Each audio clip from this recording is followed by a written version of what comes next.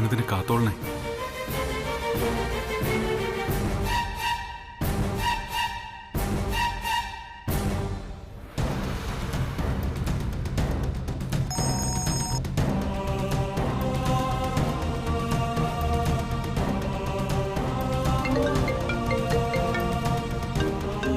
കല്യാണിയുടെ കോളാണല്ലോ. ഇപ്പൊ എന്തു പറയും? കട്ട് ചെയ്ത് കളയാൻ അറ്റൻഡ് ചെയ്യുന്ന മണ്ടത്തരോ. ഫോൺ കട്ടാക്കിയല്ലോ. വല്യകുഞ്ഞിന് എന്താ പറ്റിയേ? ഇനി വല്ല മീറ്റിംഗിലായിരിക്കോ?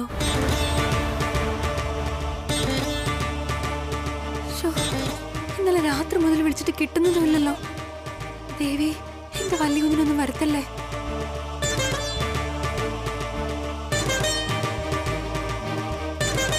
ഒന്നുകൂടെ വിളിച്ചു നോക്കാം, ചിലപ്പോ എടുത്താലോ.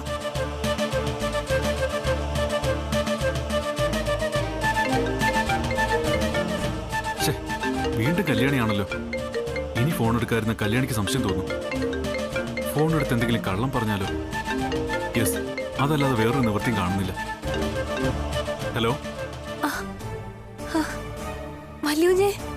ഞാൻ ആനന്ദല്ല കല്യാണി, സുബ്രഹ്മണ്യം. അയ്യോ സോറി. അല്ല സുബ്രു സാറേ, വല്യകുഞ്ഞിന്റെ കയ്യിൽ നിന്ന് ഫോൺ കൊടുക്കാൻ പറ്റുമോ? അത്യാവശ്യമായിട്ട് എനിക്ക് വല്യകുഞ്ഞിനോടൊന്ന് സംസാരിക്കണമായിരുന്നു. ഇപ്പൊ പറ്റില്ലല്ലോ കല്യാണി. ആനന്ദ് ഒരു മീറ്റിംഗിലാ. ഫോൺ എന്റെ കയ്യിൽ തന്നിട്ട് മീറ്റിംഗിന് കയറി. ആണോ? അതുപോലെ കഷ്ടായല്ലോ. ഇന്നലെ മുതല് ഞാൻ വല്യകുഞ്ഞിനോടൊന്ന് സംസാരിക്കാൻ നോക്കുക. മൊബൈല് പരിധിക്ക് പുറത്താണെന്നാ പറയണേ. ഞാൻ എത്ര മെസ്സേജുകൾ അയച്ചെന്നറിയോ? അത് വല്യകുഞ്ഞ് എടുത്ത് നോക്കിയിട്ട് കൂടിയില്ല. അത് കല്യാണി, ഇന്നലെ ഇവിടെ എല്ലാം റേഞ്ച് പ്രശ്നമായിരുന്നു. എല്ലാ ഫോണുകളും നോട്ട് റീച്ചബിളാ കാണിച്ചത്. ഇപ്പോ രാവിലെ മുതൽ ചെറുതായിട്ട് ശരിയായി വരുന്നേ ഉള്ളൂ തോന്നുന്നു. മനസ്സിലായി സുബ്രു സാറേ. പക്ഷെ എനിക്ക് വല്യകുഞ്ഞിന്റെ ശബ്ദം ഒന്ന് കേൾക്കണമെന്നുണ്ട്. പ്ലീസ് ഫോൺ ഒന്ന് കൊടുക്കാൻ പറ്റുമോ? എന്റെ കല്യാണി, ഞാൻ പറഞ്ഞില്ലേ ആനന്ദ് ബിസിനസ് മീറ്റിംഗിലാണെന്ന്. ഞാൻ താഴെ വേറൊരിടത്തും. ഇപ്പൊ ഒന്നും നടക്കില്ല. മീറ്റിംഗ് കഴിഞ്ഞിറങ്ങുമ്പോ ഞാൻ ആനന്ദിനെ കൊണ്ട് നിന്നെ ഫോണിൽ വിളിപ്പിക്കാം. എന്താ പോരെ? അത് പിന്നെ സുബ്രു സാറേ, സത്യം പറയണം, വല്യകുഞ്ഞ് മീറ്റിംഗ് തന്നെയാണോ? അതോ എന്നിൽ നിന്ന് എന്തെങ്കിലും മറച്ചു വെക്കാനായിട്ട്? മറച്ചു വെക്കാനോ? എന്തിന്? അതുകൊണ്ട് എന്ത് നേടാൻ? കല്യാണി, നിനക്കെന്നെ വിശ്വസിക്കാം. ആനന്ദ് മീറ്റിംഗിൽ തന്നെയാണ്, സത്യം. അത് വേറൊന്നും കൊണ്ടല്ല. എന്റെ മനസ്സില് വല്യകുഞ്ഞിന് എന്തോ ഒരു ആപത്ത് സംഭവിച്ചെന്നൊരു തോന്നലുണ്ട്. കാണുന്നതെല്ലാം ദുർനിമിത്തങ്ങളാ. ആ ശബ്ദം ഒന്ന് നേരിട്ട് കേട്ടാലേ എന്റെ മനസ്സിനൊരു സമാധാനം കിട്ടും. മനസ്സിലായി. മീറ്റിംഗ് കഴിഞ്ഞ ഉടനെ ഞാൻ വിളിപ്പിക്കാം. ഇപ്പൊ സമാധാനത്തോടെ ഇരിക്കാൻ നോക്ക്. ഞാൻ ഫോൺ വെക്കുക.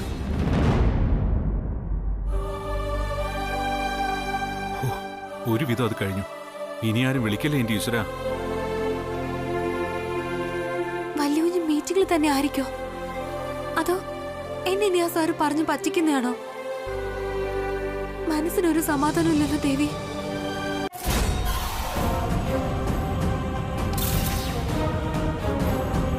നമസ്തേ ഡോക്ടർ സാബ്. ഹിന്ദിയൊന്നും വേണ്ട, ഞാൻ മലയാളിയാ. പേഷ്യന്റിന് ഇതുവരെ ബോധം വന്നിട്ടില്ല. സ്കാനിങ്ങിൽ പ്രശ്നം വല്ലതും? സ്കാനിങ്ങിലും എക്സ്റേയിലും വലിയ പ്രശ്നമൊന്നും കാണുന്നില്ല. എന്നാലും ബോധം വീഴാത്ത സ്ഥിതിക്ക് കുറച്ച് ടെസ്റ്റുകൾ കൂടെ ചെയ്യേണ്ടി വരും. ശരി ഡോക്ടർ. നിങ്ങൾ പേഷ്യന്റിന്റെ ആരാണ്? ഫ്രണ്ടാണ്. അങ്ങനെയാണെങ്കിൽ റിലേറ്റീവ്സിനെ ആരെങ്കിലും കൂടെ വിളിച്ചു വരുത്തുന്നത് നന്നായിരിക്കും.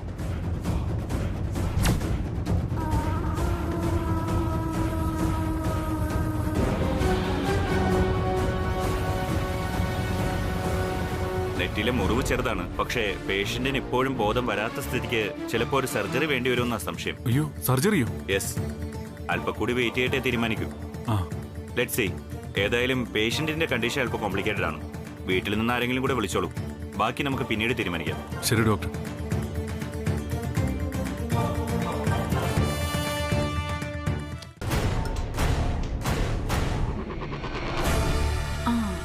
മുഖത്തെ കറുപ്പ് മാറാൻ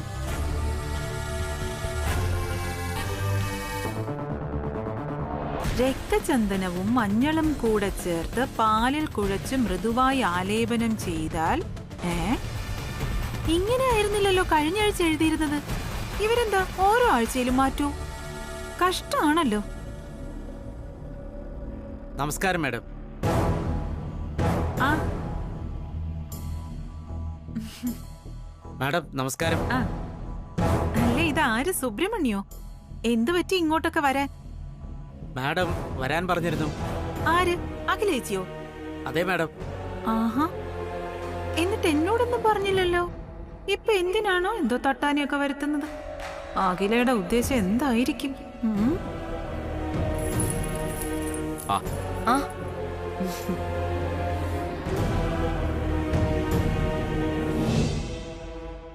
നമസ്കാരം സാർ. നമസ്കാരം മാഡം. നമസ്കാരം. എന്താ സുബ്രഹ്മണ്യൻ, നേരത്തെ എത്തിയല്ലോ. പണി സാധനങ്ങളൊക്കെ കൊണ്ടുവന്നിട്ടുണ്ടല്ലോ അല്ലേ? ഉണ്ട് മാഡം. പൊന്നാശാരി ഒരു പടി മുന്നേന്നാണല്ലോ പ്രമാണം.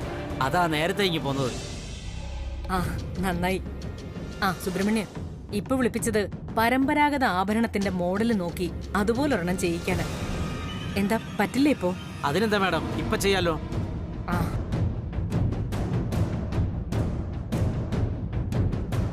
വള വേണോ, മാല വേണോ, കമ്മൽ വേണോ, ഏതാണെന്ന് പറഞ്ഞാൽ മതി, അതുപോലെ ചെയ്യാം. ചെയ്യേണ്ടത് ഒരു ലോക്കറ്റ് ചെയ്യാനാണ്, ട്രഡീഷണൽ സ്റ്റൈൽ.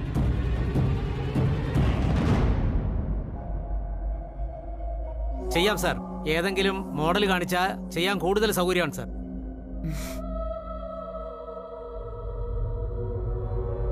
മോഡലൊക്കെ കാണിച്ചു തരാം. അതുപോലെ ഒരേ അച്ചില് തീർത്ത രീതിയിൽ വേണം ചെയ്തു തരാൻ. ഏയ് അതൊരു പ്രശ്നമേ അല്ല മാഡം. മോഡൽ കാണിച്ചാൽ ഏതാണ് പുതിയത് ഏതാണ് പഴയതെന്ന് തിരിച്ചറിയാൻ പറ്റാത്ത രീതിയിൽ ചെയ്യാൻ പറ്റും. മോഡൽ കാണിച്ചാൽ മാത്രം മതി. കല്യാണി, ആ മാഡം. ഇങ്ങ് വരൂ.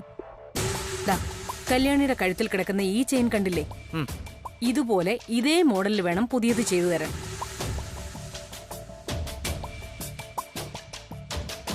ഇത് ഇവൾക്ക് കൊടുത്തപ്പോ ഇവിടുത്തെ ശേഖരത്തിൽ നിന്നും ഒന്ന് കുറഞ്ഞു. അത് തിരികെ വെക്കാനാണ് പുതിയത് പണിയിക്കുന്നത്. ശരി മാഡം, ചെയ്യാം നമുക്ക്. വെറുതെ ചെയ്താ പോരാ. ആ ലോക്കറ്റ് ഇല്ലേ, അത് ഓപ്പൺ ടൈപ്പാ.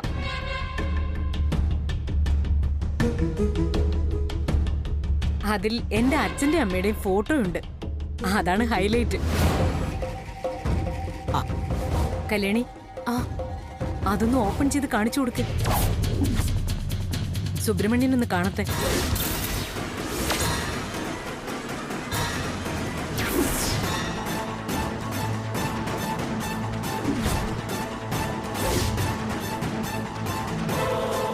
ദേവി, ലോക്കറ്റിനകത്ത് എന്റെ വലിയ ഫോട്ടോ ആണല്ലോ.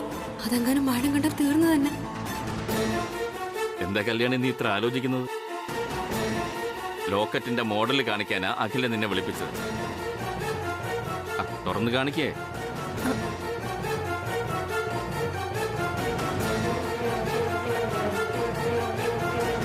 നീ വെറുതെ കൺഫ്യൂഷൻ ആവണ്ട. പുതിയത് പണിയിക്കാൻ വേണ്ടിട്ടാ. ലോക്കറ്റ് ഓപ്പൺ ചെയ്ത് കാണിക്ക്. അതിന്റെ ഉള്ളെങ്ങനെയാണെന്ന് തട്ടാൻ കാണട്ടെ. തുറക്കാം മാഡം.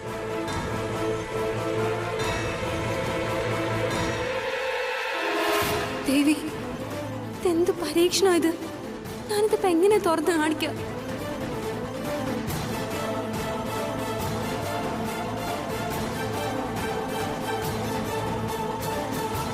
എന്താ പറ്റി, ഓപ്പൺ ആവുന്നില്ലേ? അതിന് സൈഡിൽ ചെറിയ കൊളുത്തു വല്ലതും കാണും. അത് ചെറുതായിട്ടൊന്ന് മാറ്റി കൊടുത്താൽ മതി, ഓപ്പൺ ആയിക്കോളും. വളരെ പഴക്കമുള്ള ചെയിനല്ലേ, അതാ ഓപ്പൺ ആവാൻ ഇത്ര താമസം. കല്യാണി സമാധാനത്തിൽ ഓപ്പൺ ആക്കിയാൽ മതി, വിപ്രാളമൊന്നും വേണ്ട. നിന്ന് തുള്ളാതെ ലോക്കറ്റ് ഓപ്പൺ ആക്കടി.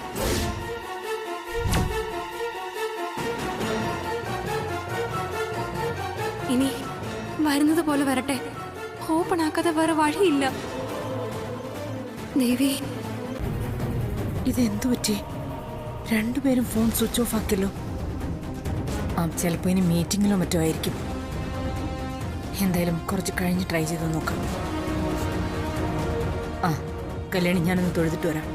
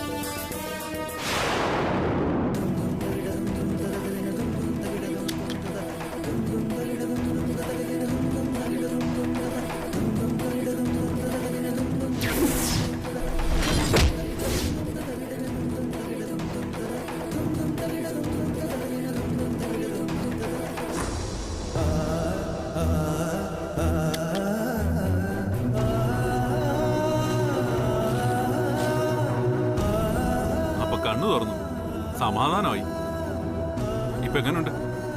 വേദനയൊന്നുമില്ലല്ലോ? എല്ലാം മാറിയില്ലേ? സാരമില്ല. അവന്മാരെ പിടിക്കാൻ പറ്റിയോ?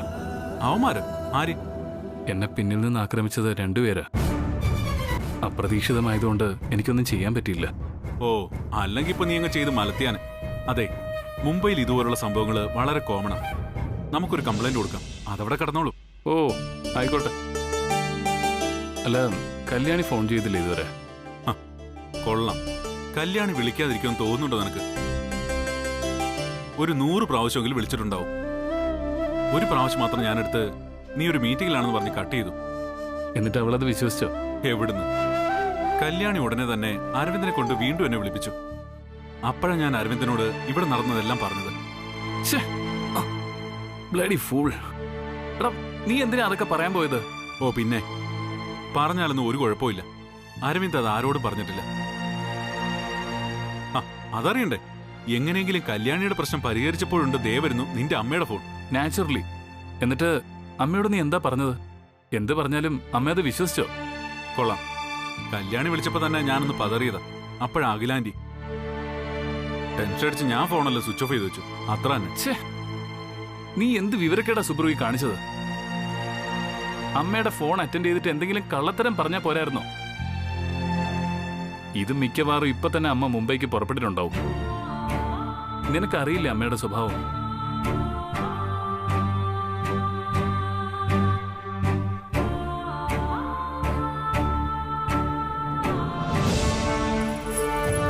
അഖിലേ, അഖിലേ, നീ ഒന്ന് പറയുന്നത്.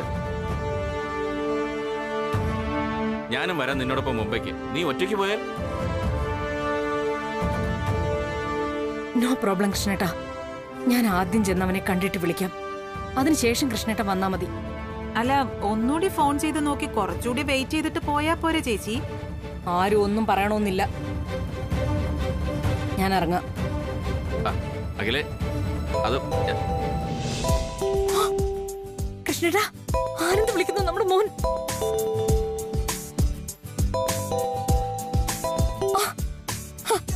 ആനന്ദ്, സുഖാണോ മോനെ? അതെ അമ്മേ, സുഖമായിട്ടിരിക്കുന്നു. ഒരു കുഴപ്പമില്ല. നിന്നെ വിളിച്ചിട്ട് ഫോൺ എടുക്കാത്തത് കൊണ്ട് ഞാൻ മുംബൈയിലേക്ക് വരാൻ ഇറങ്ങിയതാ. ഉച്ചയ്ക്കാ ഫ്ലൈറ്റ്. അയ്യോ, എന്തിനാ? അമ്മയ്ക്കിത് എന്തു പറ്റി? അമ്മ എന്തിനാ വെറുതെ മുംബൈക്കൊക്കെ വരാൻ പോകുന്നേ? അതെ, ഇന്നലെ രാത്രി മുതൽ നിന്നെ വിളിച്ചിട്ട് കിട്ടുന്നില്ല. സുബ്രുവിനെ വിളിച്ചപ്പോ അത് സ്വിച്ച് ഓഫ് ആക്കി വെച്ചിരിക്കുകയും ചെയ്തു. എല്ലാം കൂടി ആയപ്പോ ഞാൻ എന്തൊക്കെയോ ചിന്തിച്ചു പോയി. അതാ. എന്റെ മോനോട് സുഖാണല്ലോ? കുഴപ്പമൊന്നുമില്ലല്ലോ? എനിക്ക് ഒരു കുഴപ്പമില്ലമ്മേ, ഞാൻ സുഖമായിട്ടിരിക്കുന്നു.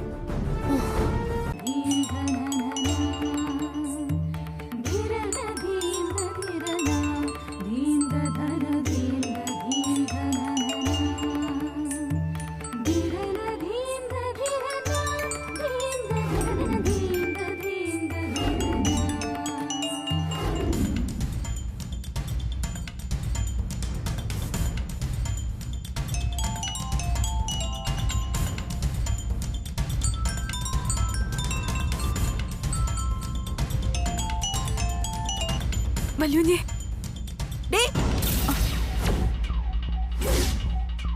ആരടി ഫോണില്? ചോദിച്ചത് കേട്ടില്ലേ? ആരാ ഫോണിലെന്ന്? നിന്റെ വായിൽ എന്താടി പഴം പുഴുങ്ങി വെച്ചിരിക്കുകയാണോ? ചോദിച്ചിട്ട് നിനക്ക് പറയാൻ വയ്യാത്തത് എന്താ? മര്യാദയ്ക്ക് പറഞ്ഞു ആരാ ഫോണിലെന്ന്. അല്ലെങ്കിൽ നിന്റെ 32 പല്ല് ഇപ്പൊ തറയെ കിടക്കും, പറഞ്ഞേക്കാം.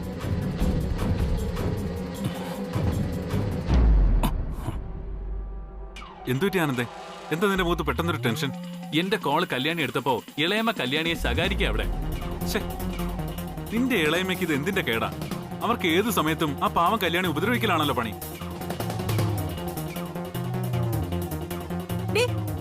ഞാൻ എത്ര നേരം കൊണ്ട് ചോദിക്കാം, പറയടി ആരാന്ന്? എത്ര ചോദിച്ചാലും പറയില്ലല്ലേ നീ? നിന്നെ ഞാൻ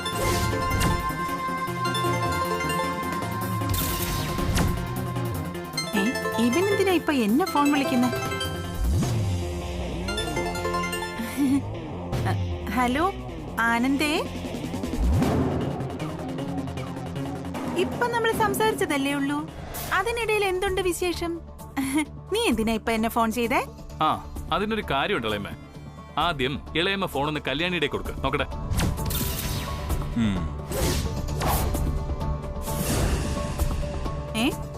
നീ എന്താ പറഞ്ഞേ? മനസ്സിലായില്ല. ആ ഇളയമ്മേ, ഇതിൽ മനസ്സിലാക്കാൻ പ്രത്യേകിച്ചൊന്നുമില്ല. ഇളയമ്മ ഫോണ് കല്യാണിയുടെ കൈ കൊടുക്ക്. എനിക്ക് അവളോടൊന്ന് സംസാരിക്കാനാ.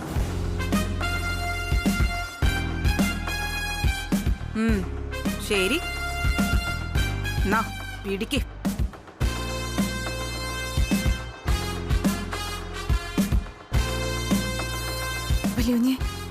ഇളയമ്മ ചോദിച്ചപ്പോ നിനക്ക് ഞാനാണ് നിന്നെ വിളിച്ചതെന്ന് പറഞ്ഞുകൂടായിരുന്നോ? ആ സാരമില്ല. ഇപ്പൊ ഇളയമ്മ നിൽക്കുന്നൊന്നും കാര്യമാക്കാതെ നീ എന്നോട് സംസാരിക്കണം. ഈ ഇളയമ്മ എന്ത് ചെയ്യുന്നു നോക്കാലോ. അത് വല്യൂഞ്ഞെ, അത് പിന്നെ ഒരു പിന്നെയും ഇല്ല. ഓരോന്നിനും നീ ഇങ്ങനെ ഭയക്കുന്നോണ്ടാ ഇളയമ്മ നിന്നെ ഇങ്ങനെ ഉപദ്രവിച്ചോണ്ടിരിക്കുന്നത്. ഇപ്പൊ ഫോൺ വയ്ക്കാതെ നീ എന്നോട് സംസാരിച്ചോണ്ടേ ഇരിക്കണം. മനസ്സിലായോ പറയുന്നത്? മനസ്സിലായി. ആ എന്നാ സംസാരിച്ചു തുടങ്ങിക്കോ. ചിരിച്ചും കളിച്ചും വേണം സംസാരിക്കാൻ. തൃച്ചംബരത്തെ വിലാസിന് നിന്ന് ഉരുകണം അവിടെ.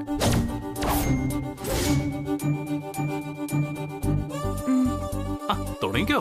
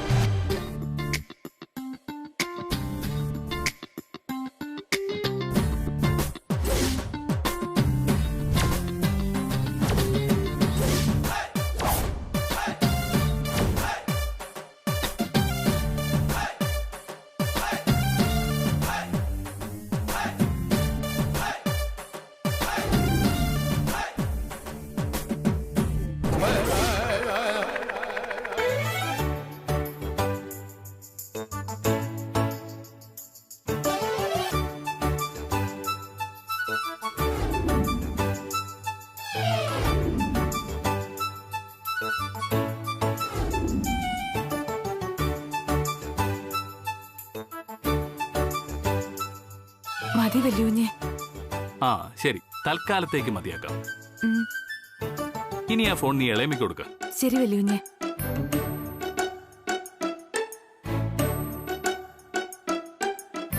Madam phone.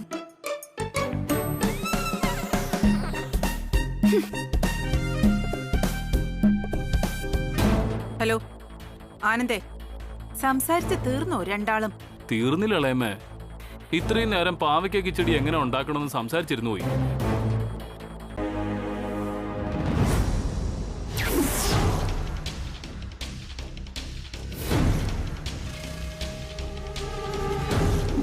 എന്നെ ഈ തൃച്ചംബരവുമായിട്ട് ബന്ധിപ്പിച്ചിരിക്കുന്ന ഒരു സ്ട്രോങ് കെട്ടുണ്ട്, എന്റെ 2 മക്കൾ.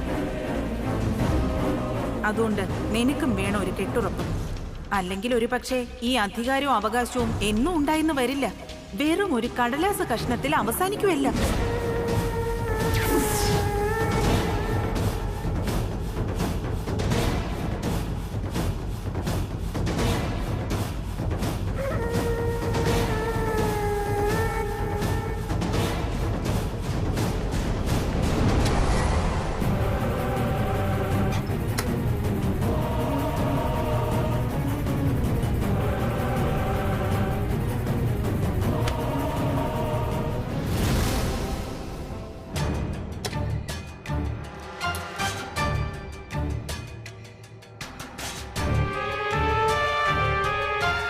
അരവിന്ദ് എങ്ങോട്ടാ യാത്രയൊക്കെ?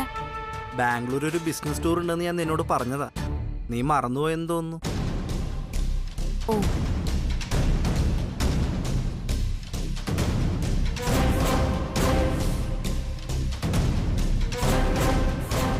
ഓ ബാംഗ്ലൂരിലേക്ക്. അങ്ങനെയാണെങ്കിൽ ഞാനും വരുന്നു കൂടെ. എനിക്ക് മടുത്തു ഇങ്ങനെ ജീവിച്ച്. നമുക്ക് നമ്മുടേതായ ഒരു ജീവിതം വേണ്ടേ അരവിന്ദ്? അതിന് നമ്മൾ നമ്മുടെ ജീവിതമാണല്ലോ ജീവിക്കുന്നത്. ഇനി എന്താ നമുക്ക് പുതിയതായിട്ടുള്ളൊരു ജീവിതം? എനിക്ക് മനസ്സിലാവുന്നില്ല. മനസ്സിലാവാത്തത് അരവിന്ദിന്റെ മനഃപൂർവ്വം. സി അരവിന്ദ്, ഞാൻ ഒരുപാട് പ്രാവശ്യം അരവിന്ദിനോട് സൂചിപ്പിച്ചു കഴിഞ്ഞതാ. എന്നോട് ആൾക്കാർ ഓരോന്ന് ചോദിച്ചു തുടങ്ങി. എന്തു ചോദിക്കാൻ? കല്യാണം കഴിഞ്ഞ പെണ്ണുങ്ങളോട് ആൾക്കാർ ചോദിക്കുന്നത് തന്നെ വിശേഷം ഉണ്ടോന്ന്. ഓ, ആളുകളെ ബോധ്യപ്പെടുത്തേണ്ട കാര്യം എനിക്കില്ല. എനിക്ക് നിന്നെ ബോധ്യപ്പെടുത്തിയാൽ മാത്രം മതി. അത് ഞാൻ കല്യാണം കഴിഞ്ഞ ആദ്യ രാത്രി നീയുമായിട്ട് പറഞ്ഞുറപ്പിച്ചതുമാണ്. അരവിന്ദിന് അത് മതി. പക്ഷെ എന്നോട് ആൾക്കാർ ഓരോന്നോരോന്ന് ചോദിക്കുന്നത്. ഓരോ വെഡിങ് ഫംഗ്ഷനിൽ ചെല്ലുമ്പോ 100 ചോദ്യങ്ങളാ. ഇപ്പൊ കുട്ടികൾ ഉണ്ടാവത്തിന് ചികിത്സ ചെയ്യാനുള്ള ഹോസ്പിറ്റലിൽ വരെ ആൾക്കാർ പറഞ്ഞു തുടങ്ങിയിരിക്കുന്നു. നന്ദനെ, പ്ലീസ്, നീ നമ്മുടെ കണ്ടീഷൻ മറന്നുപോകുന്നു. വേണമെങ്കിൽ ഞാൻ അതൊന്നും കൂടി ഓർമ്മിപ്പിക്കാം.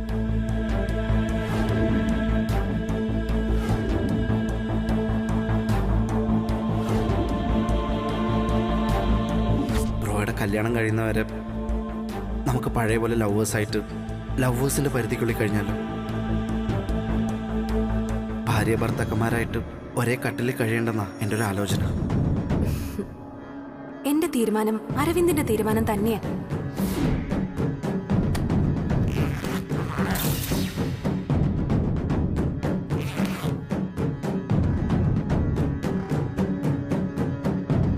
എന്താ ഓർമ്മയില്ലേ? സോറി, അത് നീ നമ്മുടെ കല്യാണത്തിന് മുന്നേ വെച്ച കണ്ടീഷൻ അല്ല എന്ന് ഓർക്കുന്നത് നന്നായിരിക്കും. കല്യാണത്തിന് മുന്നേ അത് അറിഞ്ഞിരുന്നെങ്കിൽ. ഓ, അപ്പൊ കല്യാണം കഴിഞ്ഞിട്ട് ഞാൻ നിന്നെ വഞ്ചിച്ചു എന്നായിരിക്കും നീ ഇപ്പൊ പറഞ്ഞു വരുന്നത്. സോറി, നിന്നെ പോലെ സൗകര്യങ്ങൾക്കനുസരിച്ച് വാക്കുമാറുന്ന കുടുംബത്തിലല്ല ഞാൻ ജനിച്ചത്. അതാണ് ഞാനും നീയും തമ്മിലുള്ള വ്യത്യാസം. നമ്മൾ തമ്മിലുള്ള വ്യത്യാസം അവിടെ നിൽക്കട്ടെ. ഇപ്പൊ ഞാൻ ചില തീരുമാനങ്ങൾ എടുത്തു കഴിഞ്ഞു. അതനുസരിച്ച് നമുക്കിനി മുന്നോട്ട് പോവേണ്ടി വരും. ഓഹോ, എന്നൊരു കാര്യം ചെയ്യും. നീ ഒരു പേപ്പർ എടുത്തിട്ടെ നിന്റെ ഓരോ തീരുമാനങ്ങൾ എഴുതി അങ്ങ് തന്നേക്ക്. ഞാൻ ഓരോന്നോരോന്നായിട്ട് അത് നടപ്പിലാക്കാൻ നോക്കാം. കളിയാക്കണ്ട. ഈ ഭാര്യ ഭർത്തൃ ജീവിതം എന്ന് പറയുന്നത് കുട്ടിക്കളിയല്ല, ഷെയറിംഗ്. ആ ഒരു പാകതയിലേക്ക് അരവിന്ദ് എത്തിയിട്ടുണ്ടോ എന്നാണ് ഇപ്പൊ എന്റെ സംശയം. നന്ദനെ, നീ പറഞ്ഞു വരുന്നത് എന്താണെന്ന് എനിക്ക് മനസ്സിലാവുന്നുണ്ട്. അരവിന്ദ് ഒരു പക്വതയില്ലാത്ത കൊച്ചു കുട്ടിയാണെന്ന്. അതിന് സംശയം എന്താ? ദേ, ഒരു കാര്യം ഞാൻ പറയാം. അരവിന്ദിന്റെ ജ്യേഷ്ഠന് വേണ്ടി സ്വന്തം ജീവിതം കളയാനൊന്നും ഞാൻ തയ്യാറല്ല. I am extremely sorry. ഓ, അപ്പൊ അതാണ് സംഗതി. നിനക്ക് ഈ ജീവിതം എങ്ങനെ ബുദ്ധിമുട്ടാണെന്ന്. അതെ, ബുദ്ധിമുട്ടാണ്, വലിയ ബുദ്ധിമുട്ട്. നിങ്ങൾ സഹോദരന്മാര് രാമലക്ഷ്മണന്മാരാകുമ്പോ ഊർമിളയുടെ റോള് കളിച്ച് ജീവിതം ഹോമിക്കാനൊന്നും ഞാനില്ല. എനിക്കും ജീവിക്കണം, സാധാരണ ഒരു പെണ്ണ് ആഗ്രഹിക്കുന്നത് പോലെ. എനിവേ, ബാക്കി നമുക്ക് അരവിന്ദ് ടൂറ് പോയി കഴിഞ്ഞ് വന്നിട്ട് ആലോചിക്കാം. അച്ഛൻ പറഞ്ഞു സർ. പുതിനേട്ടിയാണോ അതോ ജിഞ്ചർ ടീയോ? മതി മതി, കിടന്ന് ഉരുളണ്ട. ഞാനേ ആനന്ദന്റെ കൊടുക്കാം. ചെന്ന് എവിടെയെങ്കിലും പോയി നിന്ന് നേരം വെളുപ്പിക്കും. ഇനിയെങ്കിലും എന്നെ ഒന്ന് ഉറങ്ങാൻ വിടണമെന്ന് ഒരു അപേക്ഷയുണ്ട്. ശരി, പോടാ.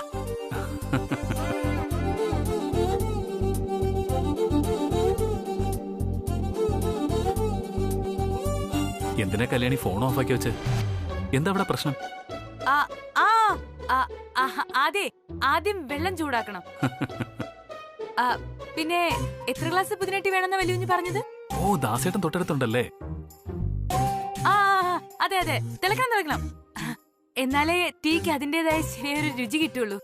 എടി കെട്ടിയോളെ, നിന്റെ ശബ്ദം ഒന്ന് കേട്ടാലേ എനിക്ക് ഉറക്കം വരുമെന്ന് അറിയില്ലേ നിനക്ക്? ഞാനിവിടെ ഉറക്കം കിട്ടാതെ ഭ്രാന്തനെ പോലെ അലയണമെന്നാണ് നിന്റെ ആഗ്രഹം. ശരി ശരി, അച്ഛന്റെ കൊടുക്കട്ടെ. ശരി ശരി, മനസ്സിലായി. Good night. ശരി, ഗുഡ് നൈറ്റ്.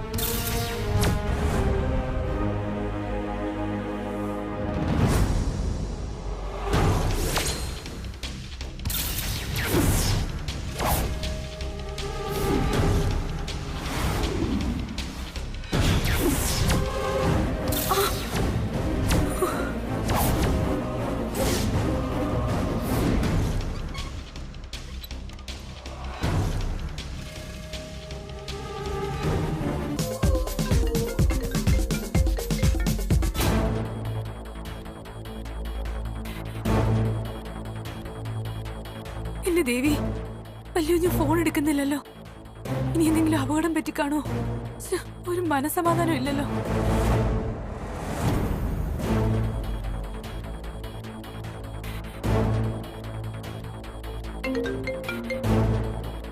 കല്യാണി, വല്യുഞ്ഞ് എവിടെയാ ഇത്? ഫ്ലാറ്റിൽ തന്നെയല്ലേ? ആദ്യം എന്താ ഞാൻ വിളിച്ചിട്ട് ഫോൺ എടുക്കാത്തെ? എന്നെ പേടിപ്പിച്ച് കളഞ്ഞല്ലോ.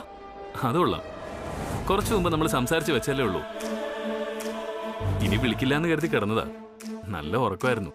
അപ്പോഴാ കല്യാണിയുടെ ഫോൺ. സുബ്രുവിനെ ശല്യപ്പെടുത്തണ്ടെന്ന് കരുതി പുറത്തേക്ക് ഇറങ്ങി ഫോൺ ചെയ്യാന്ന് വിചാരിച്ചു. അത്രേ ഉള്ളൂ. അത് ഞാനൊരു ദുസ്വപ്നം കണ്ടു വല്യുഞ്ഞ്. അതാ ഈ നേരത്തെ വിളിച്ചത്. ദുസ്വപ്നോ? എന്ത് ദുസ്വപ്നം? അത് 2 ഗുണ്ടകൾ വന്ന് ഉറങ്ങിക്കിടക്കുന്ന വല്യുകുഞ്ഞിന്റെ മുഖത്ത് തലയിണ വെച്ച് അമർത്തി കൊല്ലാൻ നോക്കുക. ഇതാണ് സ്വഭാവമെങ്കിൽ നിനക്കും അത് തന്നെയാ സംഭവിക്കാൻ പോകുന്നത്. ഒരു മാറ്റം ഉണ്ടാവാൻ പോകുന്നില്ല. സോറി അച്ഛാ, ഞാനങ്ങനെ കണ്ണി കണ്ടവന്മാരെയൊന്നും അല്ല ഫോണിൽ വിളിച്ചത്. വല്യുഞ്ഞിനെ. വല്യകുഞ്ഞിനെ വിളിച്ചെന്നോ? എന്ത് കാര്യത്തിന്? ഈ അസമയത്ത് നിനക്ക് വല്യകുഞ്ഞിനോട് എന്താ സംസാരിക്കാൻ? അല്ല, ഫോൺ ഇങ്ങോട്ട് വന്നതാണോ അതോ നീ അങ്ങോട്ട് വിളിച്ചാണോ? വ്യക്തമായിട്ട് പറയേ. ഞാനാ അച്ഛാ വല്യുഞ്ഞിനെ അങ്ങോട്ട് വിളിച്ചത്. പക്ഷേ അതച്ഛൻ കരുതുന്നത് പോലെ ശൃംഗരിക്കാനൊന്നുമല്ല. വല്യുഞ്ഞിന് ആപത്ത് വരുന്നതായിട്ട് ഞാനൊരു ദുസ്വപ്നം കണ്ടിട്ടാ. അതിനുശേഷം എനിക്ക് ഉറക്കം വന്നില്ല. മറ്റൊരു നാട്ടിൽ നിൽക്കുന്ന വല്യുഞ്ഞിന് എന്തെങ്കിലും ആപത്ത് സംഭവിച്ചിട്ടുണ്ടാവുന്നുള്ള ഭയം കൊണ്ടാ അച്ഛാ ഞാനൊന്ന് വിളിച്ചു നോക്കിയത്. സംസാരിച്ചപ്പോ വല്യുഞ്ഞിനൊന്നും സംഭവിച്ചിട്ടില്ല എന്നറിഞ്ഞു. ഇപ്പോഴാ മനസ്സിനൊരു സമാധാനം കിട്ടിയത്. നീ പറയുന്നതൊക്കെ സത്യമാണോ? അതോ ഇനിയും അച്ഛനെ പറ്റിക്കാനുള്ള ഒരു അടവാണോ ഈ പയറ്റുന്നത്? അതെന്താ അച്ഛാ ഇങ്ങനെയൊക്കെ പറയണേ? അച്ഛനെന്നെ വിശ്വാസമില്ലേ? ഉണ്ടായിരുന്നു. നിന്നെ എനിക്ക് വിശ്വാസമുള്ളതുകൊണ്ടാ വിലാസിനി മാഡം പറഞ്ഞിട്ട് ഞാനത് മുഖവിലിക്കെടുക്കാതിരുന്നത്. പക്ഷേ ഇപ്പൊ നീ എന്നെ ചതിക്കായിരുന്നു എനിക്ക് മനസ്സിലായി. വല്യുഞ്ഞിന്റെ കാര്യത്തില് ഞാൻ കള്ളം പറയോ? ആരൊക്കെ ചേർന്ന് വല്യുഞ്ഞിനെ കൊല്ലാൻ ശ്രമിക്കുന്നതായിട്ട് ഞാൻ സ്വപ്നം കണ്ടു. അതുകൊണ്ടാണ് ഞാൻ വല്യുഞ്ഞിനെ ഫോൺ ചെയ്തത്. ആനന്ദ്, ഫോൺ എടുക്ക്. ആരെ? കല്യാണിയാ. സാധാരണ കല്യാണിയുടെ ഫോൺ വരാൻ നോമ്പ് നോക്കിയിരിക്കുന്ന ആളാണല്ലോ. ഇപ്പൊ ഫോൺ വന്നിട്ടും എടുക്കാൻ വയ്യേ? കൊള്ളാം, നന്നായി. എടാ, തലയിൽ ഈ ബാൻഡേജും വെച്ച് വീഡിയോ കോൾ ചെയ്താ സംഗതി ശിക്ഷയായിരിക്കും. ഓ, നാളെ തൃച്ചംബരം മുഴുവൻ ഇവിടെ കാണും. ഓ, അത് ശരിയാണല്ലോ. ഒരു കാര്യം ചെയ്, വീഡിയോ കോൾ കട്ട് ചെയ്തിട്ട് വോയിസ് കോൾ ചെയ്യും. അല്ലെങ്കിൽ അതിലും പ്രശ്നമാവും.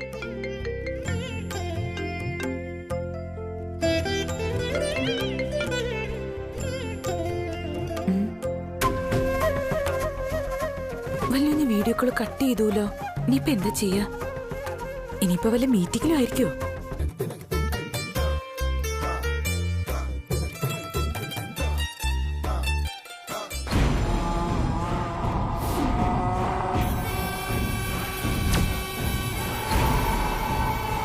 ആനന്ദിന്റെ മുറിയിൽ നിന്ന് എന്തോ ശബ്ദം കേൾക്കുന്നല്ലോ.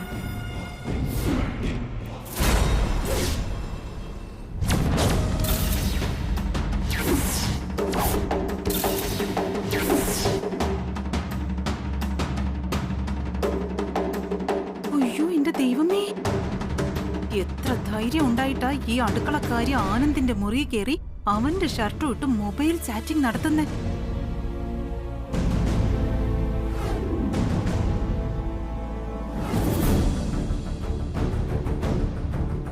കാണിച്ചു തരാൻ ഞാൻ. ഇന്നത്തോടെ തീരും നിന്റെ വീഡിയോ ചാറ്റിംഗ്.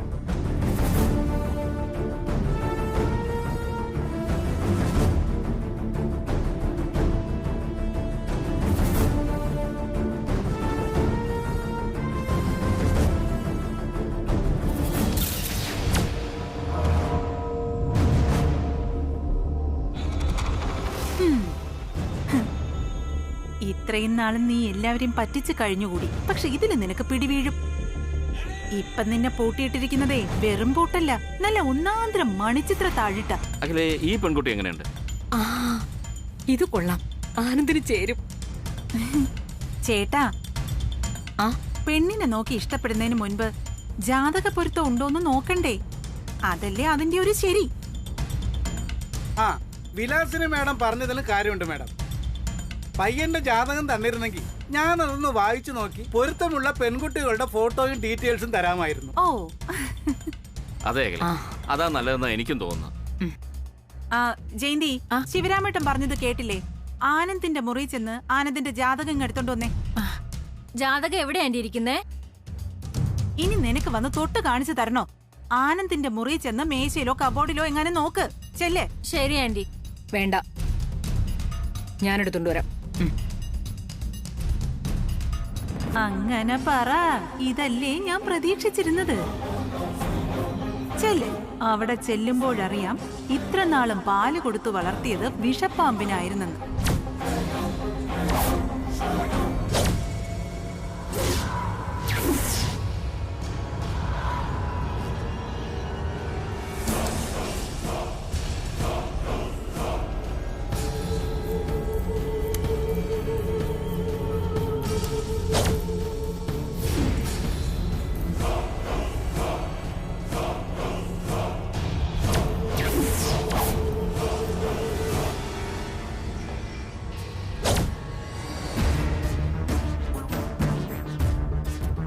കല്യാണി, അമ്മ എന്റെ മുറിയിലേക്ക് വരുന്നെന്ന് തോന്നുന്നു. നീ ഒന്ന് സൂക്ഷിച്ചോ.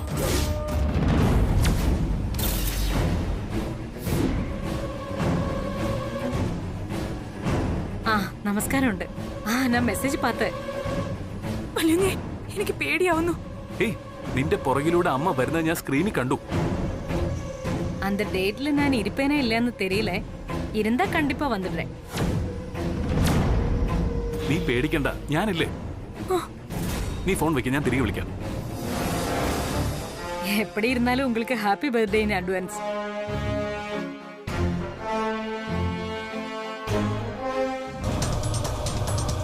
Oh, come on.